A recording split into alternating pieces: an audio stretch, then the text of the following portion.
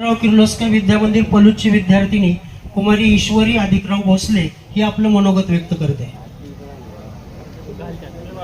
उपस्थित मान्यवर व सर्व प्रतिष्ठित नागरिक व इथे जमलेल्या सर्व मित्रमैत्रिणी सर्वांना प्रथम माझा जय शिवराय. नमस्कार. मी कुमारी ईश्वरी आदिकराव भोसले इयत्ता 10वी लक्ष्मणराव किर्लोस्कर विद्यामंदिरची विद्यार्थिनी. मी इथे आज फक्त एक भाषण देण्यासाठी नाही तर त्या प्रत्येक निष्पाप मुलीचा आवाज बनून उभी आहे जिने संपूर्ण आयुष्य सुरक्षितपणे जगण्याचा स्वप्न पाहिले होते. तरीही काही समाजातील क्रूर प्रवृत्तीमुळे तिचे ते स्वप्न चिरडले गेले आहे.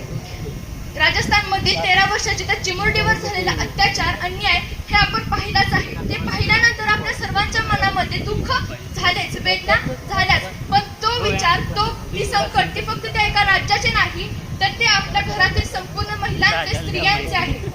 एक 13 वर्षाची मुलगी तिच्या मैत्रिणीच्या घरातून रात्रीच्या वेळेस निघते. ती एका रिक्षा चालकाला बसते. रिक्षा चालकाला सांगते की काका मला माझ्या घरी सोडा.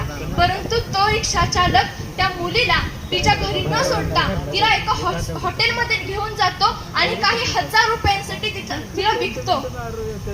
ह्या सर्व दृश्यासाठी निर्भयता, क्रूरता, अत्याचार हे सर्व शब्द या गोष्टीचे व्याप्ता व विस्तार करण्यासाठी अपुरेच आहेत. तिला 5 दिवसांमध्ये 4 वेगवेगळ्या हॉटेलमध्ये घेऊन जाण्यात आले. तिच्यावरती तब्बल 32 जणांनी अत्याचार केला, सामूहिक अत्याचार केला. परंतु त्यातील एका देखील व्यक्तीला वाटले नाही की आपण जे करतोय ती मुलगी केवढी आहे. ती फक्त 13 वर्षाची चिमुकली मुलगी तिच्यावरती आपण अत्याचार करावा का? तिचे अख्खे आयुष्य अजून पुढे उभे आहे.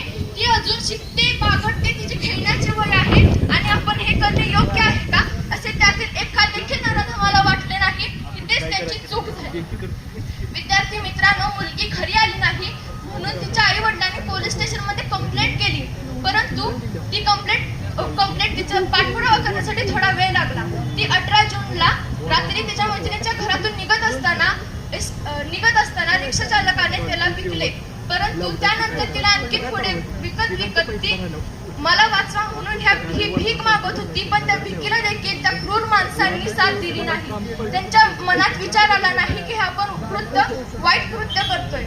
मी शेवटी एवढंच म्हणेन की ह्यासाठी सरकारने कठोरात कठोर पाऊल उचललं पाहिजे. प्रत्येक महिला, प्रत्येक मुलगी सुरक्षित राहण्यासाठी आणखीन काही कायदे व काही नियम लागू केले पाहिजेत आणि जे कायदे आणि नियम आहेत ते लागू होतात का हे पाहिलं पाहिजे.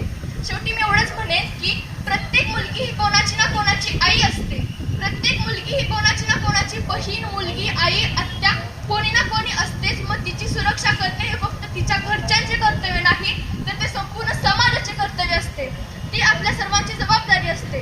जर दुसऱ्यांची मुलगी, दुसऱ्यांची आई जर व्यवस्थित राहिली तरच आपली बहीण, आपली मुलगी व्यवस्थित राहील. हा विचार सर्व महिलांनी, सर्व पुरुषांनी व इथे जमलेल्या सर्व मुलांनी देखील लक्षात ठेवावा.